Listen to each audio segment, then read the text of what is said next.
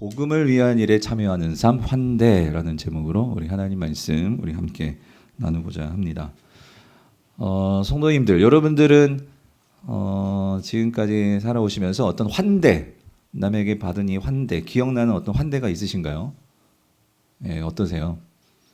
저도 이제 이번에 설교를 준비하면서 이렇게 생각을 해봤는데 뭐 여러 가지가 생각나는데 그 중에서도 참 특이하게 생각나는 한 가지가 있는데, 그러니까 제가 이제 미국에 처음 가가지고 뭐 혼자 처음 갔을 때 뭐 아는 사람도 없고 뭐 그럴 때 그 한 달 정도 지나서 그때 이제 학교 기숙사가 아파트였어요, 대학원생들은. 그래서 아파트가 뭐 한국 같은 아파트가 아니고요, 그냥 1층짜리 아파트예요. 근데 그 거기에서 한 달 지났을 때 아무 사람도 없고 아는 사람도 없고 한데 저희 앞집에 어떤 한국 아주머니가 그 살고 계셨는데 오늘 저녁에 저를 초대해 주셨어요.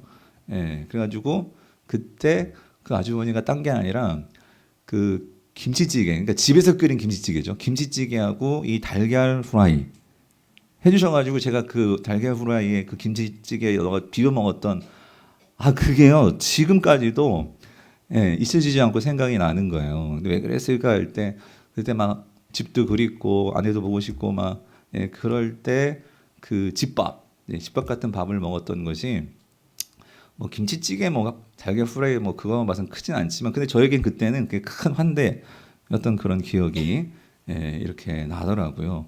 뭐 그거 말고도 여러 가지 저를 알지도 못하고 처음 만났던 그 땅에서 저를 이렇게 환대해줬던 그런 여러 가지 이야기들도 생각이 났는데, 제가 오늘 왜 이야기를 드리냐면 오늘 우리가 읽은 이 본문의 내용이요, 이 아브라함이 정말 낯선 사람들인데 그 사람들에게 베푼 이 환대에 관한 내용이 오늘 본문의 중심 내용입니다. 우리가 창세기 12장부터 사실은 11장에 아브라함의 족보가 나오지만 창세기 12장부터 특별히 아브라함의 그 스토리의 가장 중요한 분기점이라고 할 수 있는 우리 창세기 22장까지 내용을 놓고 보면 그 내용 가운데 그러니까 하나님께서 아브라함을 부르시고 가나안 땅으로 인도하시고 그리고 그에게 내가 복을 줄 거야, 그리고 너를 복의 통로로 삼을 거야 라고 그렇게 약속하시면서 하나님께서 이제 이야기들을 이렇게 진행해 나가시는데, 그 가운데 이제 오늘 18장에 그러니까 이 손님을 이렇게 접대하고 환대한 이야기가 들어가 있단 말이죠. 근데 저는 이 아브라함의 일련의 이야기들을 보면서 좀 이런 질문이 들었던 때가 있었어요. 뭐냐면 아브라함이 이렇게 낯선 사람을 접대한 이 이야기가 왜 이 그 12장부터 22장까지 그 중심이라고 할 수 있는 그 부분에 이 이야기가 왜 껴들어가 있는 것일까? 그러니까 이 이야기를 왜 성경이 말씀하시는 걸까? 그런 질문이 들었던 적이 있었어요.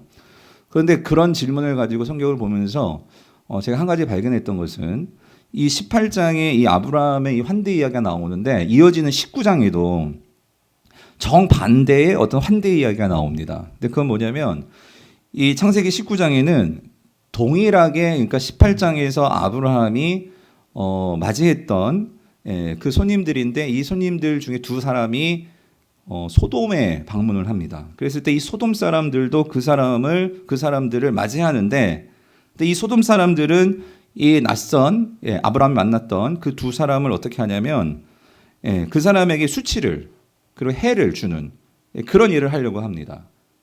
그래서 18장의 환대와 19장의 어떤 그 반대적인 그런 모습의 환대가 이 아브라함의 이 이야기 가운데 있단 말이죠.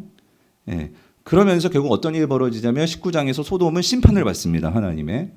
그리고 아브라함은 결국 어떻게 되냐면 이 환대의 사건이 있고 나서 이제 20장, 21장 들어가면서 이삭을 보게 되죠. 아들을 낳고 하나님의 이 언약이 이제 성취되는 그런 스토리들이 이제 진행이 되는 거예요. 그래서 제가 이런 맥락을 놓고 보니까 지금 아브라함의 이 환대가 그냥 단순히 물론 사건적으로 보면은 지나가는 객들을 극진히 이 그 환대를 해준 건데, 성경이 이 이야기를 기록해 놓은 것은 어떤 중요한 의미가 있다 하는 생각이 들었습니다. 그런데 실질적으로 이 아브라함의 환대에는 아주 중요한 의미가 담겨 있더라는 거예요. 그래서 오늘 그것을 우리 성도님들과 좀 나누려고 하는데, 먼저 결론부터 말씀드리면 이 아브라함의 환대가 우리에게 보여주는 그 의미가 뭐냐, 특별히 성도들에게 있어서 이 환대와 관련해서 이 환대의 의미는 뭐냐면 이것이 바로 구원받은 자의 증표도라는 거예요. 구원받은 자의 증표요. 뿐만 아니라 이 환대라는 것이 복음을 위한 일에 참여하는 삶의 그 대표적인 예가 뭐냐, 그게 환대더라는 거예요. 그래서 우리가 이것을 좀 하나씩 우리가 좀 찬찬히 좀 살펴보도록 하겠습니다. 자, 우리 먼저 1절, 2절을 다시 한번 읽어볼게요. 우리 같이 읽어보겠습니다. 시작. 여호와께서 마므레의 상수리 나무들이 있는 곳에서 아브라함에게 나타나시니라. 날이 뜨거울 때에 그가 장막문에 앉아 있다가요. 자, 여기서 먼저 우리가 좀 주목할 게, 그러니까 지금 아브라함이 자신의 장막문 앞에 앉아 있어요. 그리고 그날이 뜨거웠어요. 더웠어요. 그런데 자, 이 아브라함에게 찾아오신 분이 있었어요. 누가 찾아오셨죠? 자, 누구께서? 여호와께서, 그러죠. 여호와께서 아브라함에게 뭐 하셨다고요? 나타나시니라. 나타나신 거예요. 자, 근데 중요한 건 여호와께서 나타나셨는데 좀 특이하게 나타나셨어요.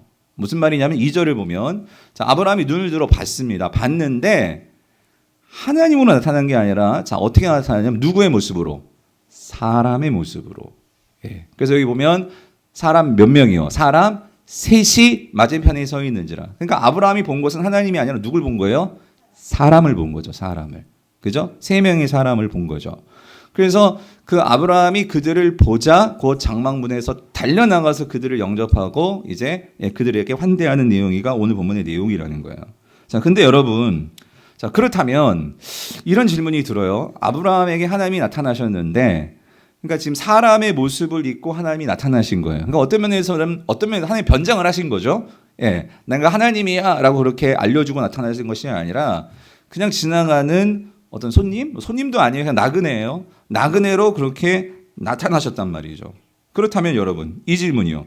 하나님께서 왜 창세기 18장에서 아브라함에게 나타나시는데 나는 너를 택한 여호와야 이렇게 자기 정체를 밝히지 아니하시고 왜 사람으로 나타난 것일까요? 성도님들, 오늘 본문에서는 그 이유를 말해주지 않아요. 이유가 나와 있지 않아요. 그런데 저는 1년에 12장부터 쭉 이 아브라함의 이야기를 묵상하면서 저는 한 가지 분명한 이 생각이 들었어요. 이거는 하나님께서 사람의 모습으로 나타나는 것은 여기에는 아브라함에게 하나님께서 중요하게 보시고 싶은 어떤 일에 대한 이거는 테스트였다. 하나님께서 지금 아브라함의 어떤 상태를 하나님께서 보기를 원하시는 거예요. 우리가 이 아브라함의 스토리를 놓고 보면은요, 하나님께서 이런 아브라함의 스토리에서 하나님이 그 시험하시는 그런 이야기들이 종종 나옵니다. 여러분이 잘 알고 있는 대표적인 것은 이삭을 바치는 장면에 보면 거기엔 성경에 분명히 기록하고 있어요. 하나님께서 아브라함을 뭐 하기 위해서? 시험하시기 위해서라고 그렇게 분명히 기록이 되어 있어요. 그래서 이삭을 주셨는데 하나님께서 뭐 하래요? 그 이삭을 뭐 하래요? 바쳐라. 제물로 드려라. 이거는 하나님께서는 진짜 제물로 드리길 원한 게 아니라 뭐 하시려는 거예요? 시험하시려고. 그렇죠?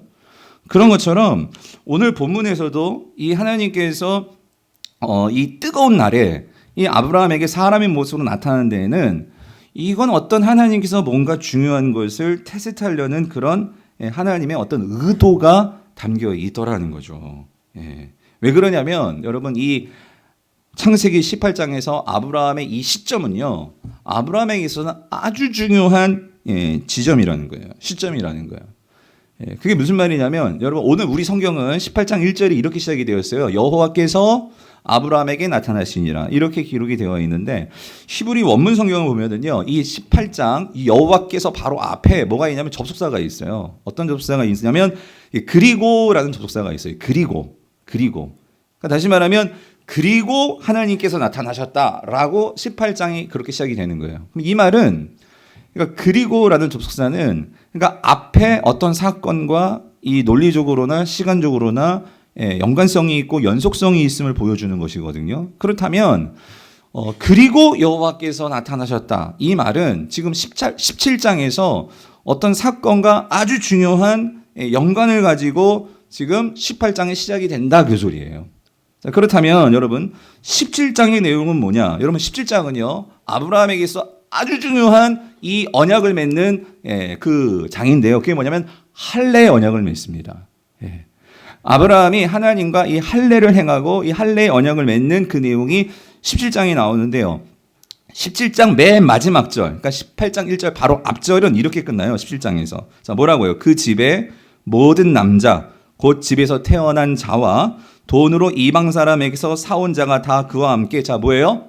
할례를 받았더라. 자막을 좀 보여주세요. 그와 함께 여기 할례를 받았더라. 그리고 나서 하나님께서 아브라함에게 나타나셨다요. 자, 근데 여러분 여기에서 이 제가 말씀드렸죠. 18장의 아브라함의 인생에서 왜 중요한 지점이냐면 여러분 사실 이 할례 사건은요. 어떤 배경에서 이 할례 사건이 나왔는지를 우리가 알아야 할 필요가 있어요. 사실 이 할례 사건은 하나님께서 아브라함과 다시 언약을 체결하신 그 내용이거든요. 근데 사실 하나님은요, 아브라함이 이 갈대와 우르에 있을 때부터 하나님 그를 선택하시고 창세기 12장에서 하나님은 아브라함과 언약을 맺습니다. 그래서 너가 그렇게 할래? 예, 그럴게요. 그래서 하나님이 그 명령을 주셨고 내가 너를 복이 되게 할 거고 복의 근원으로 삼을 거고 복의 통로로 삼을 거고 그 약속을 주신 다음에 네, 그러겠습니다 해서 이 아브라함이 어때요? 자기 친척 본토 아비 집을 떠나는 거죠. 떠나서 그렇게 하나님께서 이 아브라함을 가나안 땅으로 오게 했고 그런데 자녀가 없잖아요. 무슨 복의 통로가 되려면 후손이 있어야 하는데 후손이 없잖아요. 근데 하나님께서 누누이 말씀하시는 거예요. 그래서 15장에서 뭐라고 말씀하세요? 내가 너 있잖아, 네 자녀. 그래서 아브라함을 밤에 나오라고 해가지고 별을 보여주면서 아브라함아, 이 별들 보이지?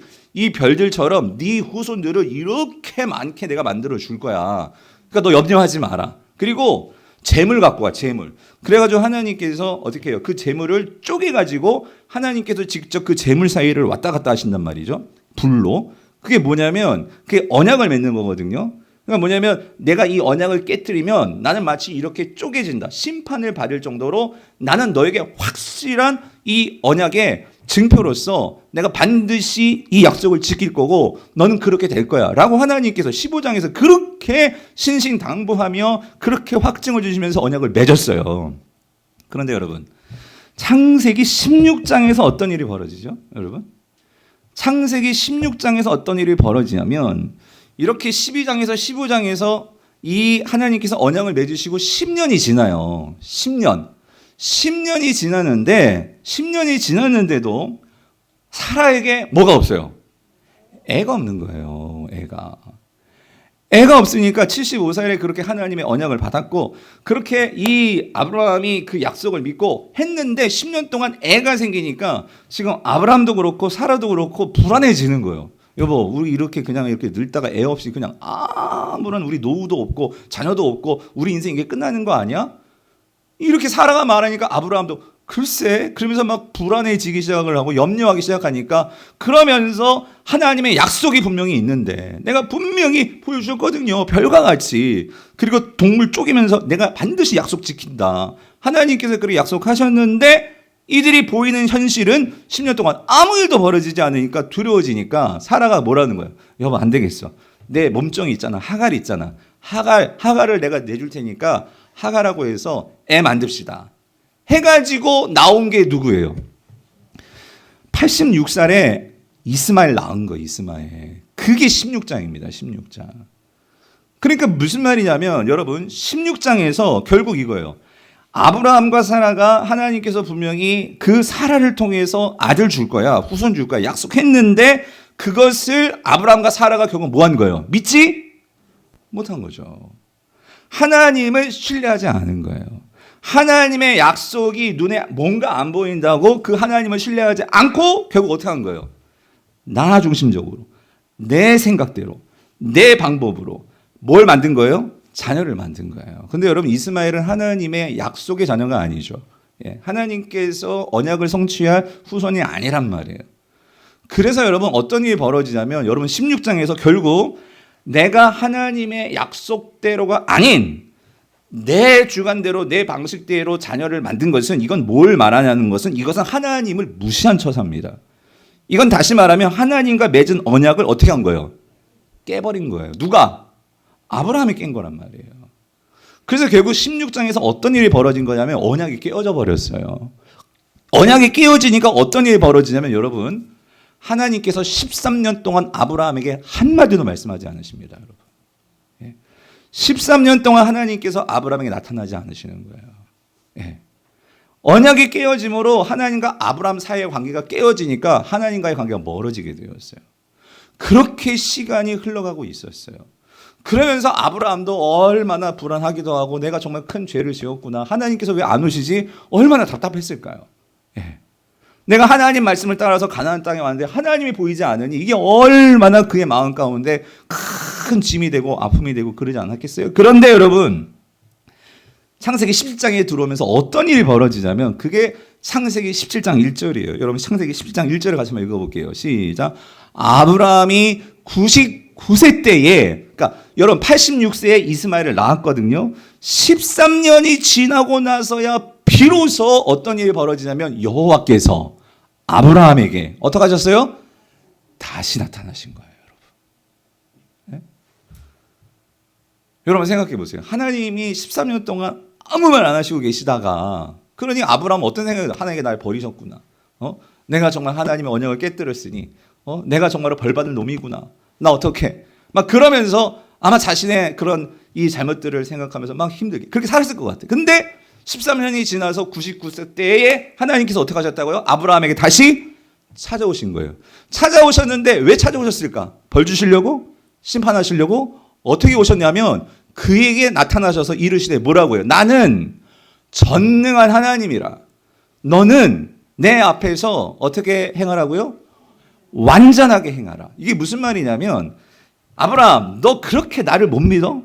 너 나를 못 믿어서 그렇게 이스마엘 만든 거야?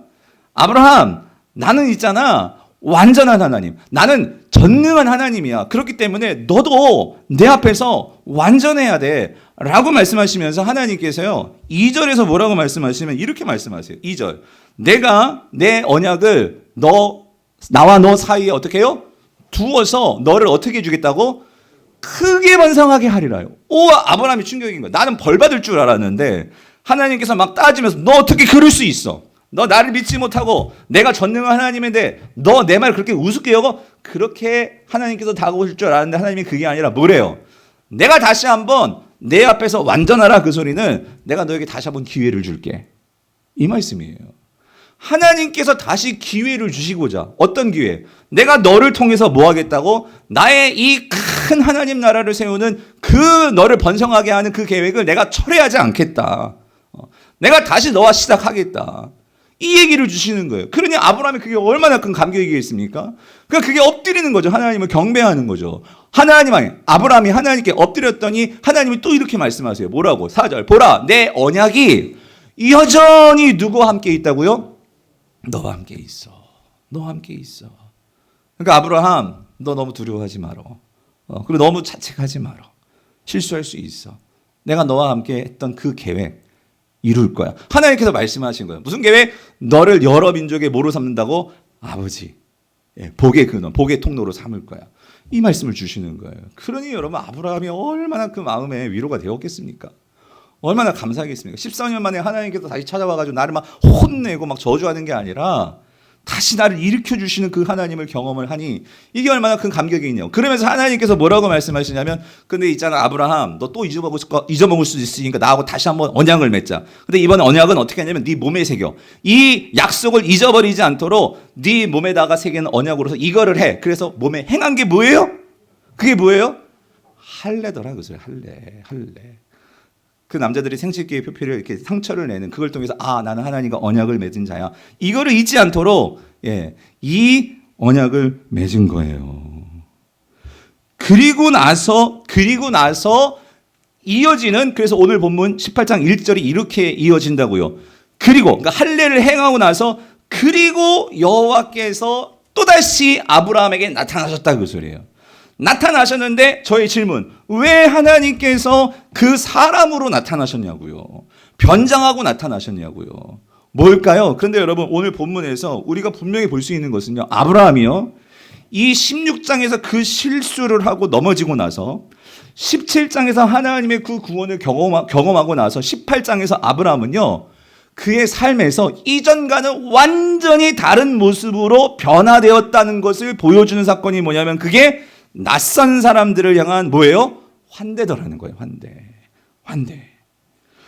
이게 무슨 말이냐면 여러분 보세요. 하나님께서 처음에 아브라함에 찾아오셔서 아브라함에게 주셨던 약속이 뭐냐면 12장 2절 3절이거든요. 12장 2절 뭐라고 말씀하셨습니까? 하나님께서 이렇게 말씀하셨죠. 내가 너로 큰 민족을 이루고 너에게 복을 주어서 네 이름을 창대하게 하겠니? 너는 뭐가 된대요? 복이 될지라. 이 말은 뭐냐면 너는 세상 사람들과 다른 이유는 뭐냐면 내가 너와 관계한다 그 소리예요. 내가 관계하기 때문에 너는 내가 주는, 내가 가지고 있는 것이 네 것이고 그리고 네 것이 내 것이고 하나님은 그렇게 함께 할 수 있는 그런 특권을 아브라함에게 주겠다 그 소리입니다. 그러니까 아브라함이 복이 되는 것은 아브라함이 복이 있어서가 아니라 하나님과 관계할 수 있는 이 특권을 가지기 때문에 복인 거죠. 그러면 여러분 여기서 너는 복이 될지라 이 말은 뭐냐면 이거예요. 결국 아브라함이 믿음의 조상이라는 것은요, 하나님께서 하신 그 약속을 내가 믿고 그리고 하나님께서 하신 일에 대해서 내가 확신하면서 그 하나님의 것들을 누리는 삶을 사는 게 그게 복입니다. 아브라함이 하나님이 주신 복을 누리지 못하니까 하나님은 계획을 갖고 계세요. 큰 민족을 이루고 하나님은 자녀를 줄 것을 이미 계획하고 가지고 계시는데 그 하나님을 신뢰하지 못하고 그 하나님의 복을 누리지 못하니까 뭐하고 있어요? 그 자기 집에서 그 자기에게 온통 갇혀가지고 내가 아기를 만들려고 하고 내가 이스마엘을 어떻게 하려고 하고 하다 보니 그의 인생이 항상 고기 안에 갇혀서 그렇게 하나님이 주신 복을 누리지 못하고 불안해하면서 그렇게 살면서 난 게 이스마엘이었단 말이에요.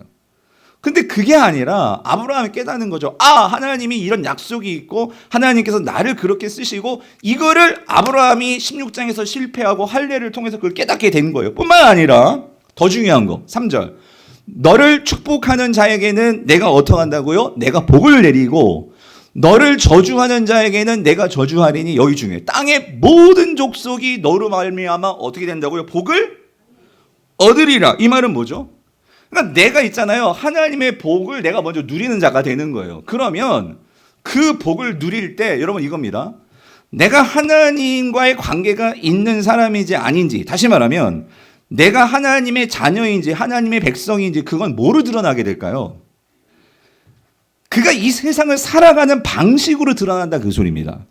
그런데 그 살아가는 방식에서 첫 번째로 드러나는 게 뭐냐면요, 하나님의 백성들은요 자기 자신에게 집중하면서 자기 자신만을 위해서 사는 것이 아니라 하나님께서 크신 복을 주시고 그 계획을 가지시고 나를 복으로 삼는 것은 그 복을 뭐 하라고 하나님께서 나에게 그 복을 주시는 거죠? 그 복을 뭐 하라고?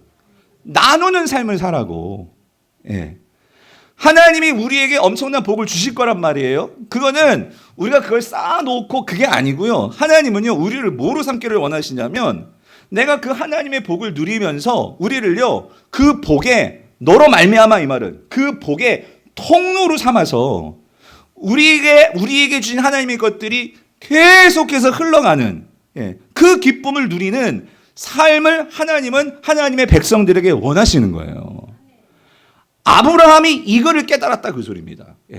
하나님께서 나를 통해서 하나님께서 복을 주실 뿐만 아니라 자녀의 축복을 주실 뿐만 아니라 그 자녀를 주신 것은 그걸 통해서 하나님의 나라를 이 땅에 세우고 하나님의 복이 나를 통해서 흘러가고 이러한 삶이 하나님의 백성의 삶의 모습이구나. 이거를 아브라함이 실수를 하고 할례를 하고 이런 모든 일련의 과정에서 깨닫게 됐는데 그게 드러나는 게 오늘 본문의 사건이라는 거예요. 그래서 여러분 보세요. 오늘 본문에서 그것이 진정 아브라함이 구원받은 자고 하나님의 백성의 모습이 어떻게 드러나나 2절을 보면은요. 2절을 보니까 눈을 들어본즉 그러니까 낯선 세 사람이 찾아온 거예요. 자기 집에. 더운 날에. 그러니까 그거를 보는 순간 아브라함이 어떻게 하냐면 그냥 지나가는구나. 그냥 그래도 돼. 근데 그러지 않고 지금 이 아브라함이 남은 99세예요. 99세 할아버지가 그 장막문에서 그 사람들이 지나가는데 날씨가 덥잖아요. 얼마나 힘들겠어? 그거를 그냥 보고 지나가는 게 아니라 그 사람들에게 달려가서 여러분 99세 할아버지라니까요. 그 할아버지가 달려가서, 여기 중요한 건 이거예요. 영접하면서 어이 힘들지? 와가지고 밥 먹어. 이게 아니라요. 자신의 몸을 땅에 어떻게? 굽혀. 여러분 제가 찾아봤어요. 이게 굽혀가 뭔가. 근데 여러분 이 단어가요. 샤하라는 단어인데 이 샤하라는 히브리어는요. 이게 어떨 때 쓰냐면 하나님께 예배하다 그런 뜻이에요. 이 경배한다 그 뜻이 이 땅에 굽혀요. 땅에 굽혀. 그러니까 뭐냐면 지금 이 아브라함이요. 이 지나가는 이 사람들을 어떻게 대우하냐면요. 마치 하나님을 섬기듯이. 여러분. 그러니까 하나님을 그렇게 예배하듯이 지금 그렇게 이 사람들을 맞이하는 거예요. 그러면서 여러분 제가 다시 한번 여쭤봅니다. 지금 아브라함이 이 사람이 하나님을 알아요, 몰라요? 몰라요. 여러분 이게 가장 중요해요. 그냥 이 사람들은 지나가는 사람들이에요. 그런데 자 여기 3절 보세요. 3절에 이르되 우리 성경은 이렇게 번역했어요. 내 주여 내가 주께 은혜를 입었사오며 원하건대 종을 자신을 종이라고 얘기를 해요. 종을 떠나 지나가지 마시옵고 이렇게 얘기한단 말이에요. 이거 보면 아브라함이 하나님인 줄 알았나? 이런 우리가 질문이 드는데 여러분 여기서 내 주여라고 할 때 이 주여라는 이 표현은 하나님을 두고 하는 게 아니라 이거는 종이 주인님 하듯이 그 극진하게 존경심을 표현하는 표현이 이 주여라는 거예요. 주여. 그래서 다음 슬라이드 보여주세요. 이거를 새 번역에서는 그래서 이렇게 번역을 했더라고요. 아래 거를 보면 이렇게 아브라함이 말했다. 손님들께서 저를 어떻게 해요? 좋게 보시면, 그러니까 저 나쁜 사람 아니거든요. 저 내가 뭐 어떻게 했고자 그런 거 아니니까 좋게 보시면 자신을요, 이 99세 할아버지 이 종의 곁을 그냥 지나가지 마시고 우리 집에 들어와서 편하게 좀 쉬다 가세요라고 말을 하고 있는 거예요. 성도님들. 와, 여러분.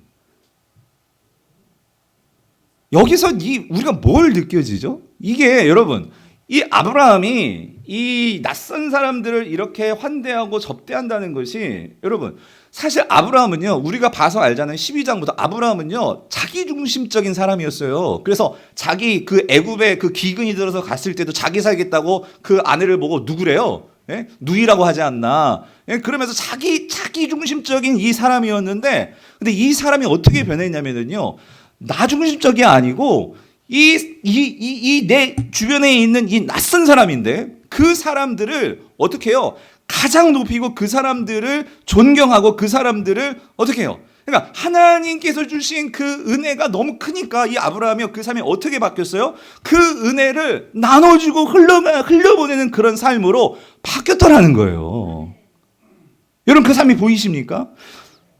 이 삶이요. 더 분명하게 보이는 게 그 다음에 이런 말씀이 나와요. 여러분 4절 5절을 보면은요. 이렇습니다. 물을 조금 가져오게 하사 아브라함에게 말하는 거예요. 당신들의 발을 씻으시고 나무 아래서 어떡해요? 씻으세요. 그냥 지나가는 이 손님이 밥 한 그릇 줘도 될 일인데 여러분 이 고대 근동지방에서요. 이 물은 엄청 귀한 거거든요. 그런데 그 물을 길어 와가지고 이 사람들 물 주면서 그걸 갖고 좀 발을 씻고 좀 편하게 좀 이렇게 쉬세요 라고 말을 하는 거예요.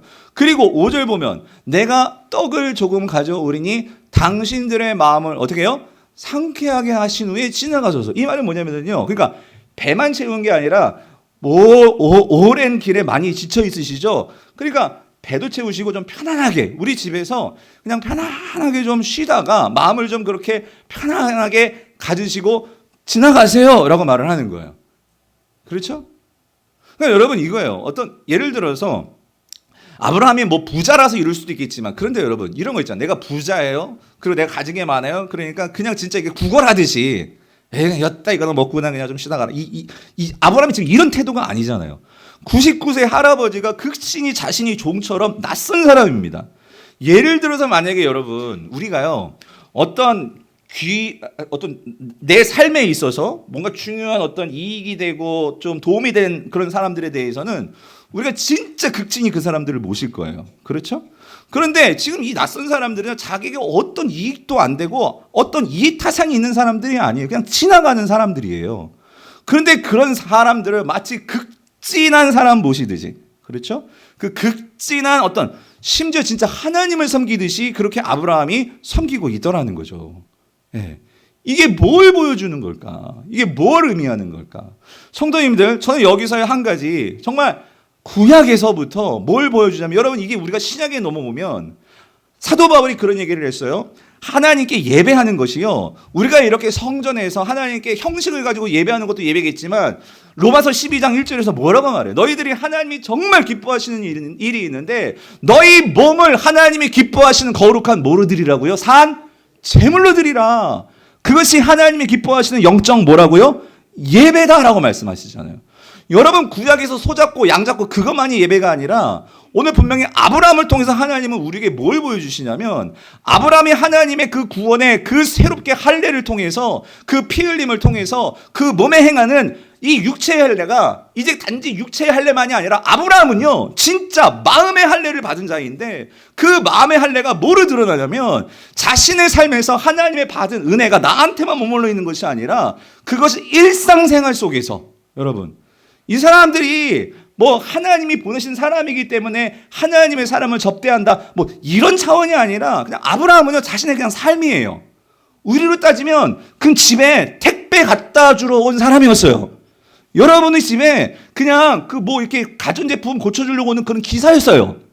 그런데 그 기사를 어떻게 극진히 섬기는 거예요. 극진히 대우하는 거예요. 나보다 약하고 나보다 별거 아닌 것 같은 사람인데 뭐 우리가 꼭 이웃을 섬겨야지 뭐 이런 차원이라기보다도 그냥 내가 하나님께 받은, 나는 하나님의 은혜의 축복의 통로야. 나를 통해서 하나님의 은혜가 흘러가는 거야. 이런 하나님의 언약이 분명하게 그의 마음속에 자리 잡으니까 이 아브라함은 삶이 바뀌더라는 거예요. 사랑하는 성도님들, 뭐가 구원받은 자의 삶이냐고요? 어떤 사람이 정말 구원받은 사람으로서의 모습이 드러나는 거냐고요? 우리가 꼭 이웃을 도와야 돼, 뭐 구제해야 돼, 선교해야 돼, 그게 아니라 여러분 우리는요 근본적으로 하나님께 우리에게 복을 주셨습니다. 하나님과 관계할 수 있는 엄청난 하나님의 구원의 계획 속에 우리를 넣어주셨습니다. 그러므로 우리가 뭐가 있어서 섬기는 것도 아니고 없다고 섬기지 못하는 것도 아니고 우리는 그냥 통로일 뿐이에요. 그 하나님을 믿고 하나님께서 나를 통해서 하나님의 복이 흘러가면 내가 만나는 모든 사람들이 이러한 엄청난 대우를 받으면서, 여러분 이 사람들 얼마나 기뻤을까요? 얼마나 그의 삶에 있어서 와 이런 호강이 어디 있어 그러지 않았을까요? 근데 여러분 제가 오늘 본문에서 진짜 자빠질 정도 놀란 게 뭐냐면은요, 여기까지는 그래도 우리가 할 수 있다고 생각이 들어요. 우리가 조금 더, 그러니까 물을 갖다가 이렇게 극진히 섬겨주고 또 먹을 것을 주고 떡을 갖다 주고. 그런데 여러분 6절 7절을 여러분 놓치면 안 돼요. 6절 7절을 보면은요 보세요. 아브라함이 급히 장막으로 가서, 아니 지금 99세 할아버지가 막 뛰어다녀요 여러분. 왜? 이 사람들 섬기려고, 어떻게든지 잘 섬기려고 막 뛰어다니면서 또 장막에 가가지고 자기 아내를 막 흔들어. 아내 보고 좀 이거 좀 밀가루 갖고 좀 반죽에 떡을 좀 만들라고. 여기까지도 할 수 있을 것 같아요 어떤 면에서는. 예, 좀 우리가 진짜 좀 마음이 좀 넓고 한다면. 근데 여러분 7절 어떻게 생각해요? 7절. 우리 7절 같이 한번 읽어볼게요. 시작. 아브라함이 또 가축대에 있는 곳을 어떻게 해요? 또 막 달려가는 거예요. 이 할아버지가 막 달려가가지고 그 다음에 여러분 이거 뭘 잡아요? 송아지를 잡습니다. 여러분 우리가 뭐 지금 뭐 소고기 많이 먹으니까 이거 그러려니 하겠지만, 여러분 고대 사회에서 가축을 잡아가지고 송아지를 잡아가지고 먹는다? 이거는요, 이건 누구에게, 이건 신에게나 바치는 일이에요. 신에게 혹은 왕에게. 옛날 우리도 그렇지만 이 소고기 먹고 이건 정말 어려운 일이잖아요. 근데 지금 이 낯선이에요. 낯선이에게 지금 뭘 잡았다? 송아지를 잡았다. 여러분 이건 정말 상상을 초월하는 일이란 말이에요. 어떻게 이 일이 가능하냐 그 소리예요. 어떻게 여러분 이거는요, 그러니까 뭐 이걸 뭐 내가 꼭 작정하고 여러분 아브라함이 물론 부자였어요. 그렇지만 여러분 부자라고 다 송아지 잡을 수 있을까요? 아니요. 그렇지 않습니다. 또 그럼 가난하다고 송아지 못 잡나요? 그것도 아니고, 여러분 중요한 건 이겁니다. 아브라함은요 뭐가 있는 자죠? 16장에서 14년 동안 하나님께 버림받은 그 아픔이 있는 자예요.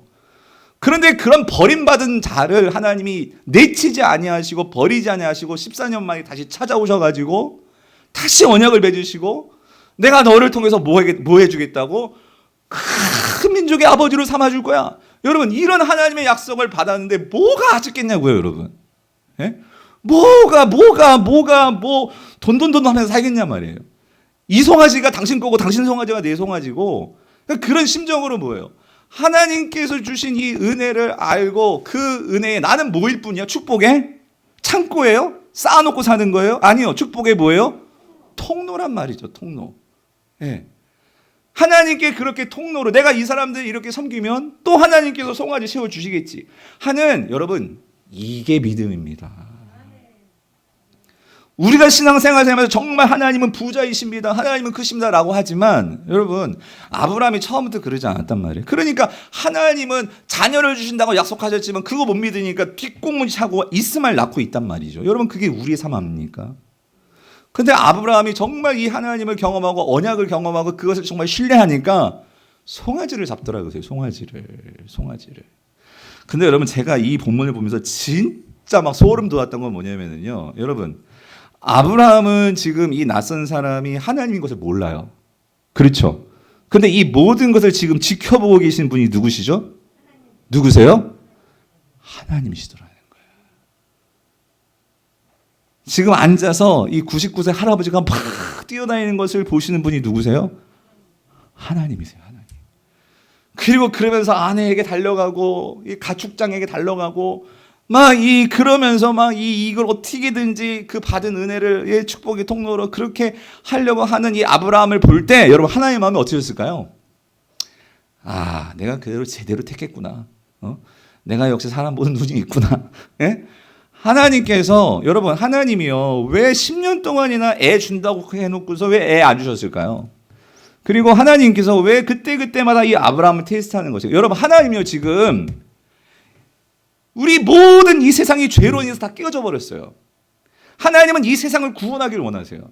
근데 이 구원 계획을 하려면 결국 하나님의 구원 계획을 시행할 수 있는 그 사람이 필요해요. 그리고 하나님은 그 사람을 통해서 하나님의 것들을 부어주실 것이고요. 그리고 그걸 통해서 하나님은 이 하나님 나라를 이 땅 가운데 만드시고 그 나라를 통해서 이 온 열방과 온 인류를 구원하실 그 구원의 계획을 가지고 계십니다. 이 계획을 위해서 한 사람을 택해야 되는 거예요. 여러분, 대충 택할 수 있겠습니까?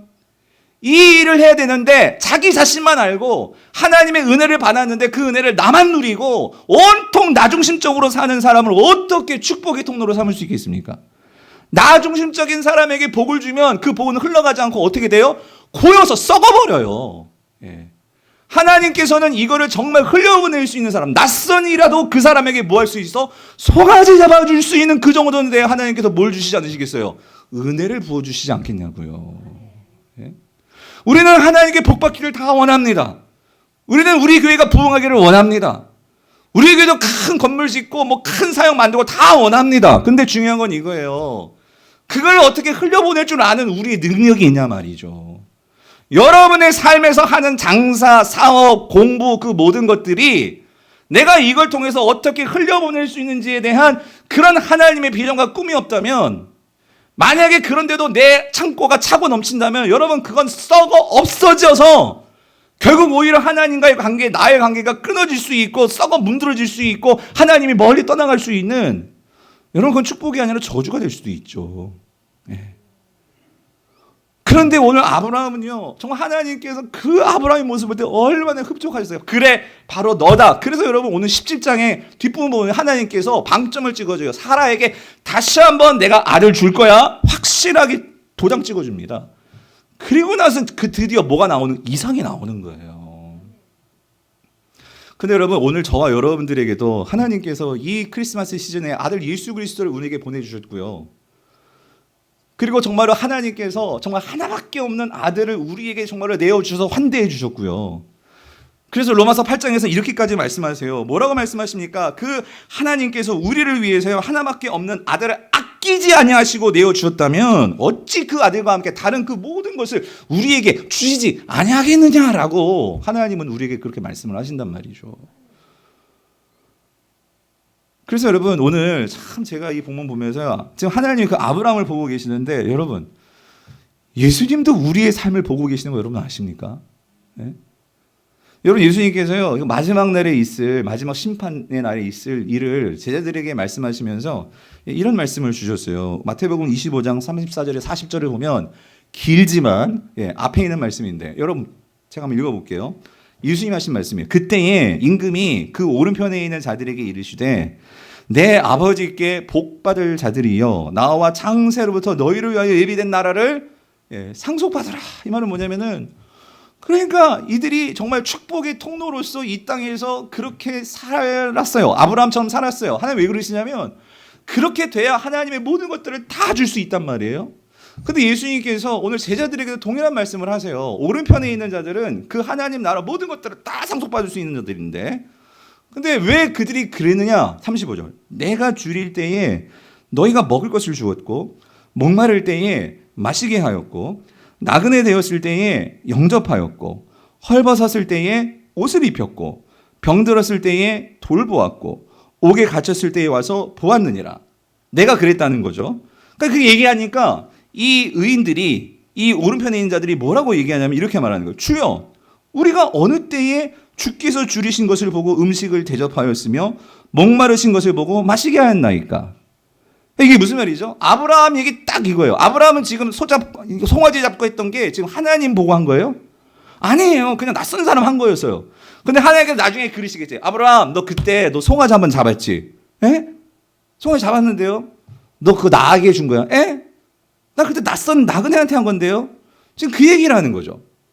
예수님께서 뭐라고 말씀하시냐면 너희가 그렇게 했는데 이 사람은 나는 그냥 그렇게 한 적이 없는 것 같은데요. 근데 40절 넘어 40절 뭐라고 말씀해요? 예수님께 노란색 너희가 여기 내 형제 중에 지극히 작은 자 하나에게 한 것이 곧 뭐예요? 내게 한 것이라. 사랑하는 성도님들 도대체 누가 예수님을 믿는 자고 누가 정말 구원받은 자일까요? 우리가 그걸 어떻게 우리가 분간할 수 있을까요? 여러분 그것은 그러니까 우리가 사람을 대하는 방식이라는 거예요. 여러분 우리가 조직신학적으로 말하면 창세기 17장은요 구원의 이야기입니다. 할례는요 구원의 이야기예요. 18장은요 누가 구원받은 자이냐 이 이야기예요. 간단히 말하면 환대하는 자가 구원받은 자이다 그 소리입니다. 우리의 일상생활에서 내가 눈을 들어서 내 주변을 바라보면서 여러분 이 사람이 하나님이니까 섬기고 하나님이 아니니까 안 섬기고 여러분 그건 모든 종교에서 다 알 수 있는 일이죠. 그런데 하나님께서 창조하신 이 모든 세상을 바라보면서 우리는 축복의 통로니까 하나님의 축복의 통로로서 하나님께서 나를 통해 복이 흘러가기 때문에 내가 만나는 사람들 모두가요 나를 통해서 복이 임하게 될 거란 말이에요. 그런 마음을 가지고 우리가 사람들을 대한다면 여러분 그 한 사람 한 사람 한 사람들에게 우리는 복을 빌어주고 복을 주고 싶고 여러분 그런 마음이 왜 없겠습니까? 내가 축복의 통로인데 하나님의 복이 임할 것인데. 사랑하는 성도님들 이게 예수님 말씀하신 율법의 정신이에요. 하나님의 사랑은 곧 뭐예요? 이웃사랑이다. 이게 따로 노는 게 아니라 하나님 사랑과 이웃사랑은 동전의 앞뒷면이라는 거예요. 첫째도 하나님의 사랑이고 둘째도 이웃사랑이고 여러분 이게 하나님의 사랑이라는 거죠. 사랑하는 성도님들 우리가 크리스마스가 되면 교회에서 19만의 기적을 합니다. 여러분 이게 어떤 이벤트가 아니고요. 이게 어떤 19만의 기적이라는 게 여러분 그러니까 우리가 여러분 이거 세상도 어려운 사람들을 돕습니다. 그런데 그 사람들이 세상을 돕는 것은 구제죠. 그야말로 진짜 구제. 그냥 그야말로 어려운 사람들을 돕는 긍휼 사역이고 그럴 수 있는데 여러분 우리는요 그 일을 왜 하죠? 우리가 19만의 기적을 왜 하죠? 우리가 왜 이웃을 도와야 되죠? 여러분 잊지 마십시오. 우리 자체가 축복의 통로이기 때문이라는 거예요. 하나님께서 저와 여러분의 삶에서 축복의 통로로 우리를 부르셨고 그렇게 우리를 통해서 하나님은요 일하기를 원하신다 그 소리입니다. 우리가 이렇게 여러분이 그래서 우리가 어떻게 해야 돼요? 기도하면서 우리가요 오늘 본문에 보십시오. 오늘 본문 2절을 보면은요 여러분 이거예요. 하나님께서 이 아브라함에게 찾아오셨는데 여러분 성경을 보세요. 아브라함이 뭘 하고 있었냐면은요 아브라함은요 눈을 들어보고 있었어요. 눈을 들어보고 그가 눈을 들어서 세상을 향해서 바라보고 있으니까 누가 보여요? 나그네가 보이더라는 거예요. 눈을 들어보지 않고 여기만 바라봤다면 나만 바라봤다면 여러분 축복의 통로가 될 수 없어요. 오늘 우리가 특별히 순모임에서 19만의 기적을 해보십시오. 그것은 순원들과 함께 그래서 여러분 교회에서 찾아주는 것도 의미가 있지만 여러분들이 한번 보시라고요. 여러분 우리가 무슨 그릇을 하나 사든 여러분이 가방을 하나 사야 되면 여러분 가만히 있어요? 돌아다니면서 사람들 무슨 가방 들고 다니나 주로 보지 않습니까? 그런 것처럼 우리가요, 정말 하나님 내가 축복의 통로야. 그러면 여러분들이 여러분 집에 찾아오는 그런 택배기사 한 사람, 여러분 집에 오는 뭐 고쳐주러 오시는 그런 한 사람, 여러분들이 매일 아침에 들리는 그런 편의점에서 아르바이트하는 그 편의점에서 일하시는 그분 한 사람, 여러분 그 사람이요, 우리에게 그의 축복의 통로로 하나님께서 나를 통해 복을 부어주시려고 하나님은요, 그 일을 원하시는데 여러분을 사용하기를 하나님 원하신다는 거예요. 오늘 우리 교회가 그렇게 쓰임받을 수 있기를 간절히 소망하고 축원합니다. 여러분, 이 땅에서 우리가 나중에 하나님 나라 가서 우리가 정말로 하나님 만날 거, 예수님 만날 거예요. 여러분, 예수님은요, 왜 제자들에게 그 마지막 날 성만찬을 하셨을까? 왜 예수님께서 그 십자가를 앞두고 제자들의 발을 손수 씻겨 주셨을까? 여러분, 오늘 아브라함의 모습이 보이지 않습니까? 예수님의 축복의 통로로서 이 땅에서 오셨는데 이제 예수님뿐만 아니라 저와 여러분들이 그런 삶을 살다가, 여러분 우리가 이제 마지막 날 하나님 나라 가면 전 분명히 확신해요. 우리가 천국 가면은요, 그때 막 뛰어다니는 분이 계실 거예요. 그 누구이실까요? 전 예수님일 것 같아요. 예수님이 너희를 정말 수고했어. 내가 그래서 지금 소자 받았어. 내 소고기 구워놨어. 그래서 여기 와서 같이 먹자 하면서 여러분 우리를 막 반겨주시고 여러분 그러실 거예요. 여러분 그때 우리가 정말 주님 앞에서 그거 맛있게 자신 있게 먹으려면 여러분 우리도 지금 이 땅에서 주님께서 원하시는 게 뭐예요? 너희들의 복이 근원이고 너희들이 정말로 그 축복의 통로로 이 땅에서 그렇게 살다가 너희들이 오기를 원해. 사랑하는 성도님들, 19번의 기적뿐만 아니라 오늘 네팔 선교도 그렇고 여러분 하나님께서 주신 마음이 있다면 믿고 하나님께서 우리를 통로로 삼으시며 채우시는 분은 하나님이십니다. 하나님께서 그런 일들을 우리를 통해서 일하실 때 여러분 확신할 수 있는 건 하나님의 일에 동참할 때 여러분 우리들에게 비전이 생기고요. 나의 삶의 폭들이 커집니다. 내가 눈을 들어보게 되고 눈을 들어보는 여러분의 시야와 시력들이 더욱더 커질 거예요. 근데 맨날 여기만 이렇게 보고 있으니까 여러분 우리 시력이 점점 나빠진다는 거 여러분 그거 아세요? 맨날 가까이 있는 것만 받아보면 눈이요. 여러분 나빠져요. 말씀을 맺겠습니다. 여러분 하나님께서 이스라엘 백성들을 구원하시고 끊임없이 율법이 나올 때마다 끊임없이 하나님께서 반복했던 말씀이 뭔지 아세요? 여러분 레위기 19장 33절 34절이에요. 뭐라고 말씀하십니까? 같이 한번 읽어볼게요. 시작.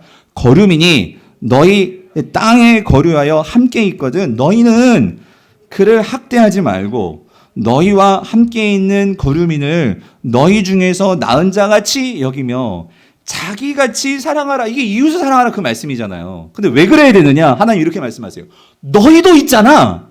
너희도 애굽 땅에서 뭐였어요? 거류민이었어.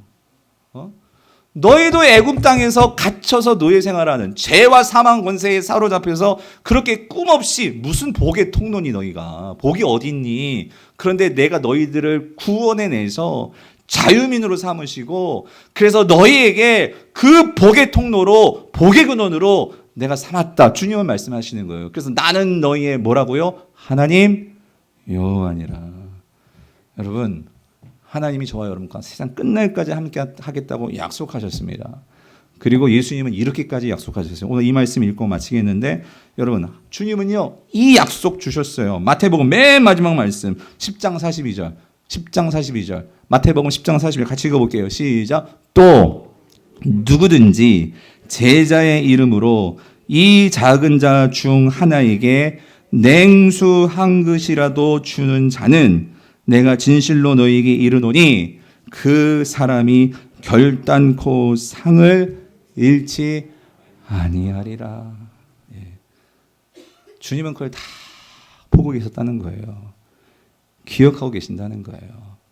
여러분 냉수 한 그릇이 크다면 크고 작은 것은 작을 수도 있겠지만 여러분 이게 우리의 삶이에요. 삶. 성도는 삶에서 은혜 받은 자로서 그런 삶을 살아라.